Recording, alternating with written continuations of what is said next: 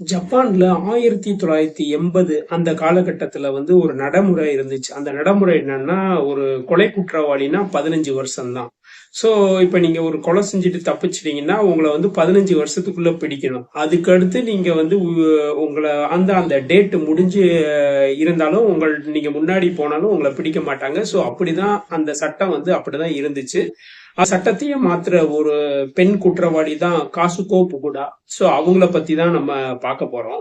So இந்த பெண் என்ன செஞ்சாங்கன்னா ஒரு கொலை பண்றாங்க. அந்த கொலையில இருந்து தப்பிக்க போலீஸ்ல இருந்து மாட்டிக்காம இருக்க தன்னுடைய வாழ்நாள்ல அதாவது அடுத்த 15 வருஷத்துல அவங்க 7 தடவை வந்து பிளாஸ்டிக் சர்ஜரி பண்றாங்க. எப்படி அவங்க வந்து அந்த 15வது வருஷம் முடிய போற அன்னைக்கு அதாவது 11 மணி நேரத்துக்கு முன்பு அவங்க எப்படி மாற்றாங்க அப்படின்றதுதான் இதோட உண்மை கதை. அதை பத்தி தான் நம்ம பார்க்க போறோம். ஜனவரி 2 1948 மட்டுமான்ற பகுதியில வந்து இவங்க வந்து பிறந்தாங்க. ஸோ இவங்க வந்து வாழ்ந்த சூழல் வந்து ஒரு மோசமான சூழல் தான் சொல்லணும். இவங்களுடைய அம்மா வந்து பல பேரை வச்சு ஒரு தப்பான தொழில் வந்து பண்ணிக்கிட்டு இருந்தாங்க. ஸோ இப்படிதான் இவங்களுடைய காலங்கள் போய்கிட்டு இருந்துச்சு. இவங்களுடைய அப்பாவை பத்தி என்னன்னா பெருசா நியூஸ் இல்லை. இவங்க அப்பா வந்து ஒரு ஸ்டேஜ்ல வந்து வீட்டை விட்டு போயிட்டாரு அப்படின்னு சொல்றாங்க. ஸோ காணாம போயிட்டாரு, அவரை பத்தி எந்த ஒரு விஷயமும் தெரியல. கட்டத்துல ஒரு இடத்துல இருந்து இன்னொரு இடத்துக்கு வந்து அம்மாவும் பொண்ணும் போறாங்க. ஸோ அப்படி ஒரு போற இடத்துல வந்து ஒரு ஃபிஷர்மேனை வந்து அந்த அம்மா வந்து சந்திக்கிறாங்க. அவங்களுக்குள்ள நல்ல உறவு ஏற்படுது. 2 பேரும் வந்து மேரேஜ் பண்ணிக்கிறாங்க. ஸோ தன்னுடைய மகளோட வாழ்றாங்க. அப்ப அந்த காலகட்டங்கள் ஒரு நல்ல ஒரு வாழ்க்கையா போய்கிட்டு இருக்கு. ஸோ இப்படிப்பட்ட சமயத்துல வந்து அந்த பெண் வந்து என்னன்னா ஸ்கூல்ல வந்து சேர்க்கப்படுறாங்க. சேர்ந்து ஓரளவு படிச்சு வர்றாங்க. அப்படி இடைப்பட்ட காலங்கள்ல வந்து அந்த பெண் ஒரு பையனை, தன் கூட படிக்கிற ஒரு பையனை வந்து நேசிக்கிறா. ஸோ நேசிக்கிறா, அவங்களுக்குள்ள வந்து ஒரு காதல் வருது. ஸோ இப்படிப்பட்ட ஸ்டேஜ்ல வந்து அந்த பையன் வந்து ஒரு ஆக்சிடென்ட்ல வந்து இறக்குறான். ஸோ அதனால அந்த பெண் வந்து ரொம்ப வந்து மனசு ஒடிஞ்சு போறா. தன்னால என்ன அது அவனுடைய நினைப்பாக தான் இருக்கா. ஸோ இப்படிதான் போய்கிட்டு இருக்கு காலங்கள். இப்படிப்பட்ட நேரத்துல வந்து காலங்கள் உருண்டோடிக்கிட்டு இருக்கு. ஒரு ஸ்டேஜ்ல வந்து அவளுக்கும் வந்து வயது ஏறிக்கிட்டே போயிட்டு இருக்கு. இடைப்பட்ட நேரத்துல அவங்க அம்மா அப்பாவுக்கு வந்து பிரச்சனை வந்து ஒரு ஸ்டேஜ்ல வந்து ரொம்ப முற்றுது.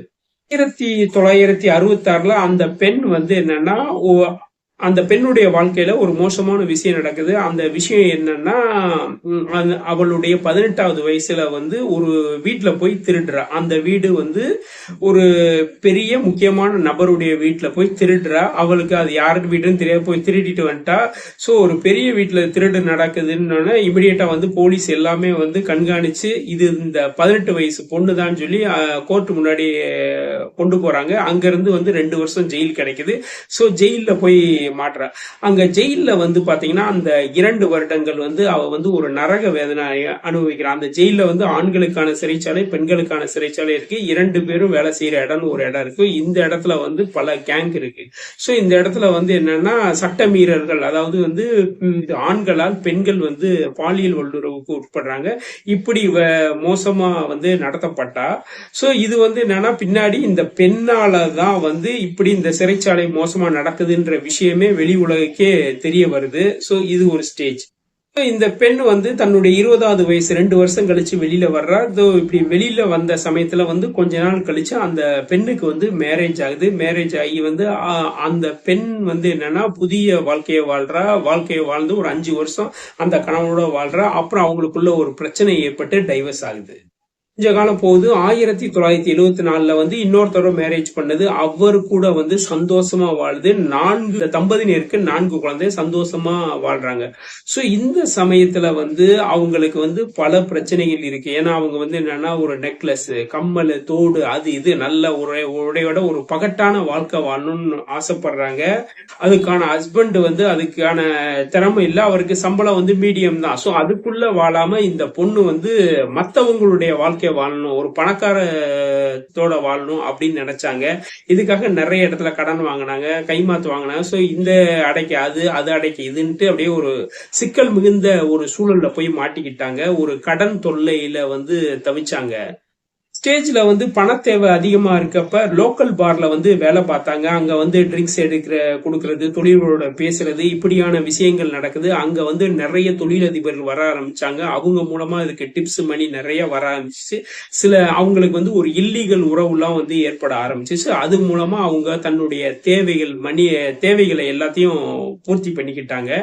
ஸோ இந்த காலகட்டம் வந்து கூட அவங்களுக்கு ஒரு திருப்தியா நடக்கல. அதே இடத்துல வந்து போட்டிக்கு ஒரு பெண் வந்தா, அந்த பெண்ணுடைய பேரு அச்சுக்கோ. ஸோ அந்த பெண் வந்து இவளை விட கொஞ்சம் அழகா இருந்தா, நல்லா நீட்டா ட்ரெஸ் பண்ணா, ஸ்டைலிஷா இருந்தா, இவளுடைய கஸ்டமர் எல்லாம் அவளுக்கு மாறினாங்க. ஸோ இது ஆட்டோமேட்டிக்கா அவளுக்குள்ள வந்து ஒரு புகைச்சலை ஏற்படுத்துச்சு. அவளுடைய நடை, உடை, பாவனை, ட்ரெஸ், ஆக்டிவிட்டி எல்லாமே வித்தியாசம் இருந்துச்சு. ஸோ ஒரு ஸ்டேஜ்ல வந்து அவள் கேட்கறா, நீ எப்படி பண்ற, எப்படி இது பண்ற, எனக்கு ஏதாவது டிப்ஸ் கொடுமா அப்படின்னு வந்து சொல்றா.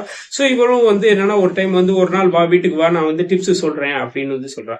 ஸோ ஒரு ஸ்டேஜ் வந்து இவட்ட வந்து என்ன டிப்ஸ்ன்னு சொல்லி கேட்க போறா. அப்ப அவளுடைய வீட்டுக்கு போறா. அங்க வீட்டுல பாத்தீங்கன்னா அந்த ரூம், அறை, பங்களா எல்லாமே ஒரு பகட்டான வாழ்க்கையா இருக்கு.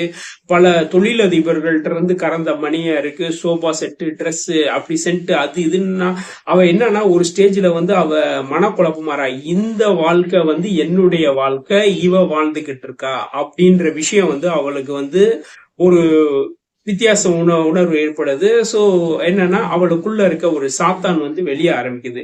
சோ எல்லாமே பேசிக்கிட்டு இருந்த சோபா செட்டுல வந்து அந்த அச்சுக்கோன்ற பொண்ணு உட்காந்துருக்கா. இது வந்து அப்படியே பின்னாடி போய் ஏற்கனவே கொண்டு வந்து இந்த கயிறு எடுத்து ஒரு பெரிய ஒரு இருக்குன்னா. சோ சில நிமிடங்கள்ல வந்து மூச்சு திணறி அவ இறந்து போனான்.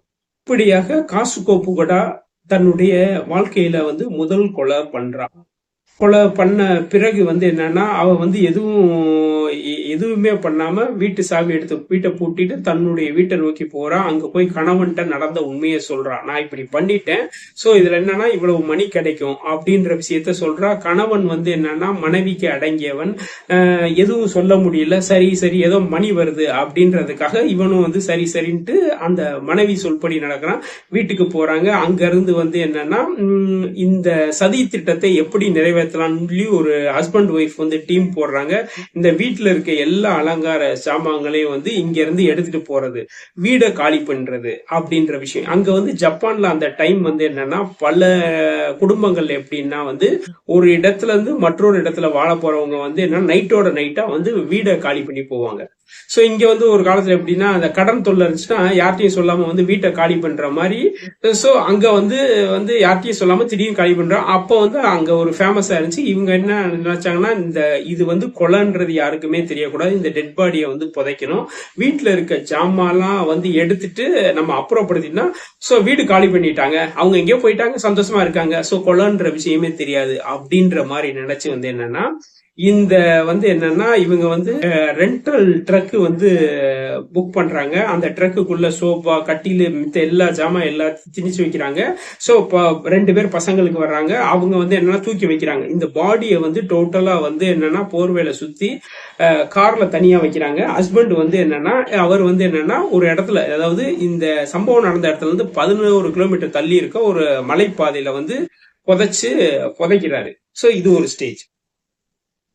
இந்த பொண்ணு வந்து எல்லா ஜாமாவும் அடிக்குது. ஒரு ஸ்டேஜ்ல வந்து ஜாமா எல்லாம் எடுத்துக்குது. அப்ப வந்து என்னன்னா இறந்து போன பெண்ணுடைய காதலன் வர்றாரு. அவர் வந்து பாக்குறாரு, இல்லையே சார் அவங்க வந்து வீடு காலி பண்ணிட்டாங்க, நான் அந்த ஜாமான் எடுத்து ஒதுக்கி வைக்கிறேன் அப்படின்றாரு. அவர் அப்படியே யோசிச்சுட்டு வந்து அவங்க சொல்ற சரி சரிட்டு அவர் பாட்டு கிளம்பி போறாரு. சோ இது ஒரு ஸ்டேஜ். இறந்து போன பெண்ணுடைய பேங்க் டீடைல் எல்லாமே எடுக்கிறாரு. இவளுக்கு வந்து என்னன்னா அந்த டீடைல்ல வந்து 9 மில்லியன் எண் இருக்கிறத நினைச்சு ரொம்ப சந்தோஷப்படுறா. தன்னுடைய வந்து கடன் வாழ்க்கை இதோட முடிஞ்சிருச்சு அப்படின்ற முடிவோட வந்து என்னன்னா எல்லா விஷயங்களையும், அதுக்கான விஷயங்கள் எல்லாத்தையும் வந்து நடக்க ஆரம்பிக்கிறா. சோ கணவன் வந்து என்னன்னா அன்னைக்கு எல்லாம் போச்சுட்டு ஒரு சந்தோஷமா வர்றான். இனிமேல் போலீஸ் நம்மளால கண்டுபிடிக்க முடியாது அப்படின்னு நினைச்சு வந்தவன் வந்து நல்லா தூங்குறான்.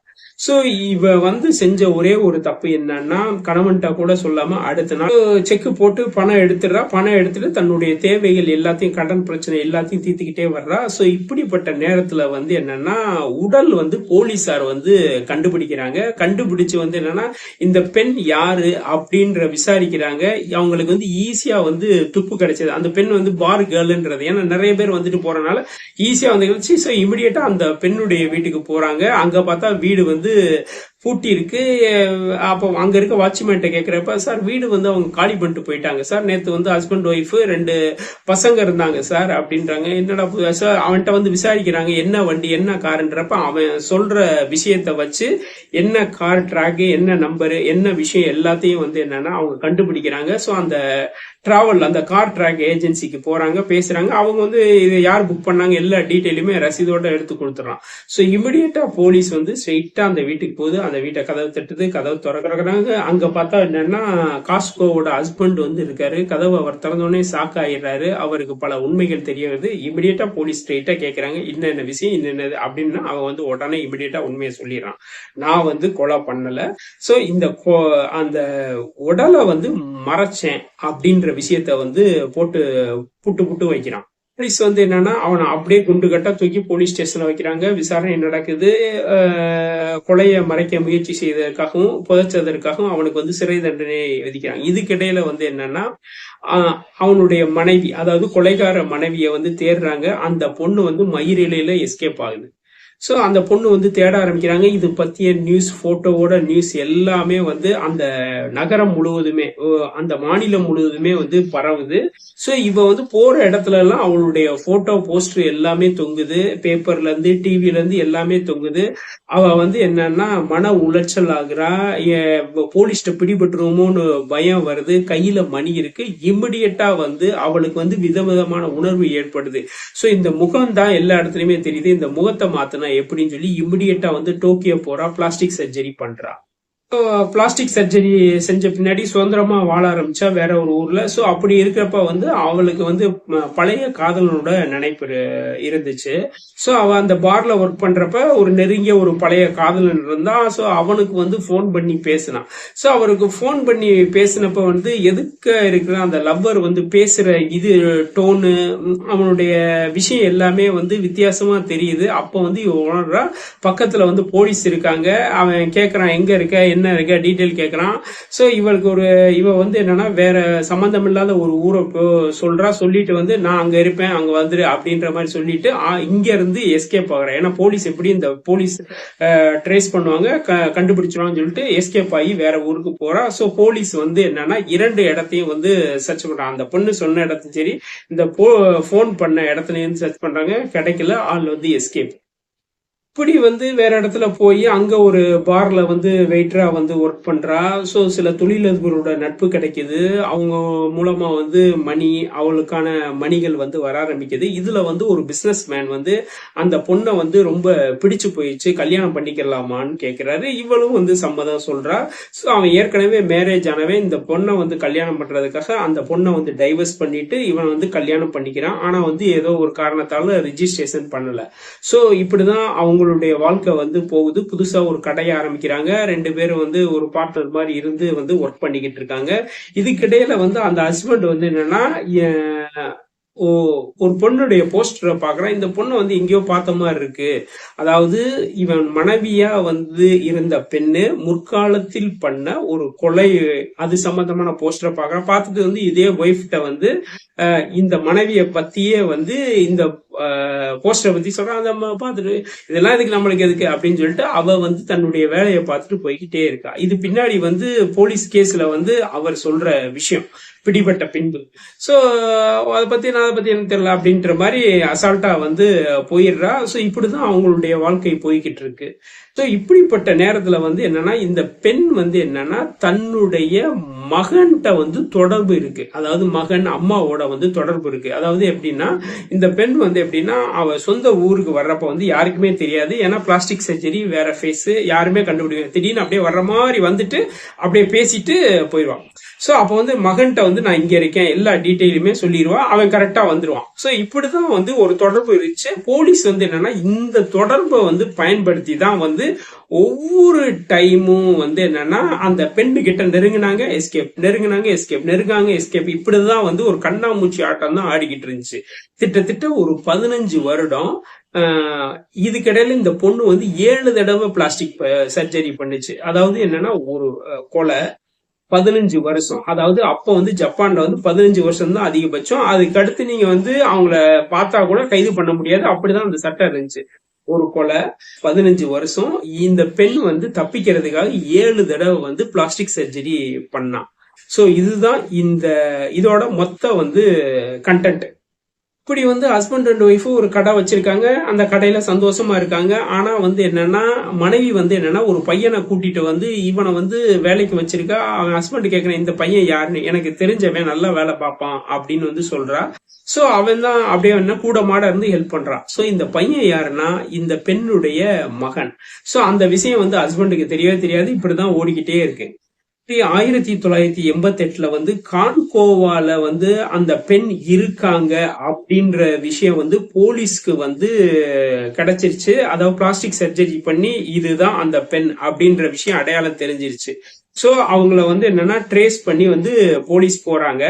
சோ அப்ப அந்த பெண் வந்து எஸ்கேப் ஆகுது. அதாவது மயிரிழையில அந்த பெண் வந்து எஸ்கேப் ஆகுறது எல்லாமே வந்து மயிரிழையில தான் எஸ்கேப் ஆகுது. அதாவது ஒரு டைம் பாத்தீங்கன்னா டாக்ஸில வந்து எஸ்கேப் ஆகுது, இன்னொரு டைம்ல வந்து சைக்கிள் மூலமா எஸ்கேப் ஆகுது, ஒரு டைம் வந்து என்னன்னா போலீஸ் வந்து அந்த வீட்டுல விசாரிக்க இப்படி வர்ற பெண்ணு அப்படி அப்படி திரும்பி அப்படி போகுது. சோ இப்படிதான் வந்து அந்த பெண் வந்து எஸ்கேப் ஆகிட்டு இருக்கா. சோ இந்த டைம் எஸ்கேப் ஆகி போறா. அப்ப வந்து என்னன்னா போலீஸ் வந்து என்னன்னா இந்த விசாரணையை வந்து வித்தியாசமா ஆரம்பிக்கணும்னாங்க. அதாவது அந்த பெண் வந்து பிளாஸ்டிக் சர்ஜரி பண்ணா. சோ அந்த பெண்ணுடைய குரல், பேச்சு இது மாறல. சோ கைரேகை வந்து அது மாறாது. சோ அப்ப வந்து என்ன இத வச்சு இது பண்ணுன்னு சொல்லி அப்ப அந்த கொலை நடந்ததுல அந்த கயிறுல இருந்த அச்சு, சோ அந்த பெண்ணுடைய வந்து பழைய கம்பெனில வந்து அவங்க யூஸ் பண்ண இது எல்லாத்தையும் வந்து ட்ரேஸ் பண்றாங்க. சோ அதை வந்து எடுத்து வந்து என்னன்னா ஆராய்ச்சிக்கு உட்படுத்துறாங்க. இப்ப இருக்கிற பெண் வந்து எப்படி வந்து அவங்க வீட்டுல போய் வந்து தேடுறாங்க. அப்ப அந்த சில விஷயங்கள் கிடைக்குது, அதையும் வந்து எடுத்து வச்சிருக்காங்க. சோ இந்த பொண்ணு தான் அந்த பொண்ணுன்ற விஷயம் வந்து ஓரளவு போலீஸ்க்கு கன்ஃபார்ம் ஆகுது. அதை பத்தி வெளியில நியூஸ் எதையும் வந்து வெளியில விடல, சைலண்டா வந்து ஃபாலோ பண்ணிக்கிட்டே இருக்காங்க. ஃபியூஜி டிவின்னு சொல்லி ஒரு டிவில வந்து அந்த பொண்ணோட வந்து வாய்ஸை வந்து டெலிகாஸ்ட் பண்றாங்க. அந்த பொண்ணை பத்தி ஃபுல் ஸ்டோரி பண்றாங்க. இப்படி வந்து பல டிவிக்கள் வந்து அந்த பொண்ணுடைய ஸ்டோரி, அதோட வாய்ஸ் எல்லாத்தையும் வந்து ரிலீஸ் பண்றாங்க. எல்லா சேனலும் போட்டி போட்டு வந்து போடுறாங்க. சோ மனிதர் வந்து பாத்துக்கிட்டே இருக்காரு. இந்த பெண்ணுடைய குரல் வந்து எங்கேயோ பார்த்திருக்கோமே அப்படின்னு வந்து நினைச்சுக்கிட்டே இருக்காரு. அவருக்கு சரியா வந்து பிடிபடல. சோ இந்த சமயத்துல வந்து அந்த பெண் வந்து இன்னொரு ஒரு பார்ல வந்து ஒர்க் பண்றாங்க. ஒர்க் பண்ணிட்டு பாட்டு எல்லாம் பாடுறாங்க, நல்லா டான்ஸ் ஆடுறாங்க. சோ இப்படிப்பட்ட நேரத்துல வந்து அவனுக்கு வந்து திடீர்னு ஒரு எண்ணம் வருது, இந்த குரல் அந்த பெண்ணுடைய குரல் தான் வருது. இமிடியேட்டா வந்து அதுல சொல்லப்பட்ட போன் நம்பருக்கு இமிடியேட்டா போன் அடிக்கிறான். போலீஸ் வந்து உண்மையா எல்லாமே கேட்டு இமிடியேட்டா வர்றாங்க. சோ இமிடியேட்டா வந்தவங்க அந்த பாருக்கு போறாங்க. அந்த பாருக்கு போய் அந்த பெண்ணிட்ட வந்து உங்க கை தம்பு வேணும் அப்படின்றாங்க. அதெல்லாம் கொடுக்க முடியாது அப்படின்னு சொல்றாங்க. என்னன்னா அப்போ வந்து என்னன்னா பாரோட ஓனர் இல்ல, இங்க வந்து பல கட்டுப்பாடுகள் இருக்கு அப்படின்றதுனால போலீஸ் வந்து திரும்பி போயிடுறாங்க. திரும்பி போயிட்டு பார் ஓனரை வந்து தனியா சந்திச்சு அந்த பொண்ணுறாங்க, பேசிட்டு இதுதான் விஷயம், எங்களுக்கு இன்னென்ன விஷயம் வேணும்னு. அவர் வந்து என்னன்னா அந்த பெண்ணுக்கு வந்து போன் அடிக்கிறாரு. போன் அடிக்கிறதுக்கு முன்னாடி அந்த பெண் வந்து அடுத்த நாள் வரல. சோ அவர் வந்து போன் அடிச்சு, அம்மா உன் பேலன்ஸ் எல்லாம் இருக்குமா, அந்த பழைய பேலன்ஸ் எல்லாம் வாங்கிட்டு போமா அப்படின்னு சொல்றாரு. சோ இதுக்கிடையில இந்த 15 வருஷம் இருக்குல்ல, அந்த 15 வருஷம் வந்து முடிய போற டைம். சோ நாட்கள் போய்கிட்டே இருக்கு. அந்த பொண்ணு வந்து கண்ணாமூச்சி ஆட்டம் ஆடிக்கிட்டு இருக்கு. இந்த பொண்ணுக்காக வெயிட் பண்றாங்க. வெவ்வேறு விதமான உடையில ஒரு கஸ்டமர் மாதிரியோ சோ வெளியில கடைக்காரன் மாதிரியோ இப்படிலாம் இருந்தாங்க. அந்த பொண்ணு வந்து வர மாட்டாங்க அப்படின்னு தான் அவங்க நினைச்சிருந்தாங்க. சோ அந்த பெண்ணு வந்து என்னன்னா அந்த மீதிக்கா சம்பளம் எல்லாம் வாங்குறதுக்காக வந்த பெண் வந்து என்னன்னா போலீஸ் பிடியில வந்து அகப்பட்டாங்க. கைரேகை எல்லாத்தையும் செக் பண்ணாங்க. இந்த பெண் தான் அந்த பெண் அப்படின்றது வந்து நிரூபணமாச்சு. நாடு முழுவதும் வந்து பத்திரிகையில பரபரப்பா நியூஸ் வந்துச்சு. சோ கோர்ட்ல பெண்ணுக்கு வந்து கோர்ட்ல வந்து கேஸ் நடந்துச்சு. அந்த பொண்ணுக்கு வந்து 1999 ஆயுள் தண்டனை விதிக்கிறாங்க. ஒரு பெண் தன்னுடைய வாழ்க்கைய வாழாம அடுத்த பெண்ணின் மீது ஆசைப்பட்டு, அதாவது அவளுடைய பொருளின் மீது அந்த ஆடம்பரத்தின் மீது ஆசைப்பட்டு அவளை கொன்னு தன்னுடைய வாழ்க்கையும் தொலைச்ச பெண்ணுடைய கதை தான் இது. அவ போலீஸ்க்கு வந்து பிடிபடாம இருக்க தன் வாழ்க்கையில வந்து 15 வருடம் வந்து ஒரு நீண்ட காலம் வந்து ஓடிக்கொண்டே இருந்தா. அதற்காக தன்னுடைய முகத்தை வந்து 7 தடவை பிளாஸ்டிக் சர்ஜரி பண்ணி, அதாவது அந்த 15 வருஷத்துக்கு லாஸ்ட் நாள், அதாவது 11 மணி நேரத்துக்கு முன்னாடி அவ மாட்டப்படுறா. சோ இது அவ தன்னுடைய வாழ்க்கையில வந்து பிற்காலங்கள்ல, அதாவது அடுத்து வந்து பிற்காலங்கள்ல வந்து ஜெயிலே கழிக்கிறா. 17 வருஷம் வரை வந்து ஜெயில்ல கழிக்கிறார். தன்னுடைய 57வது வயதுல வந்து ஜெயில்ல வந்து நோய்வாய்ப்பட்டு ஜெயில்லயே வந்து இறந்து போகிறார்.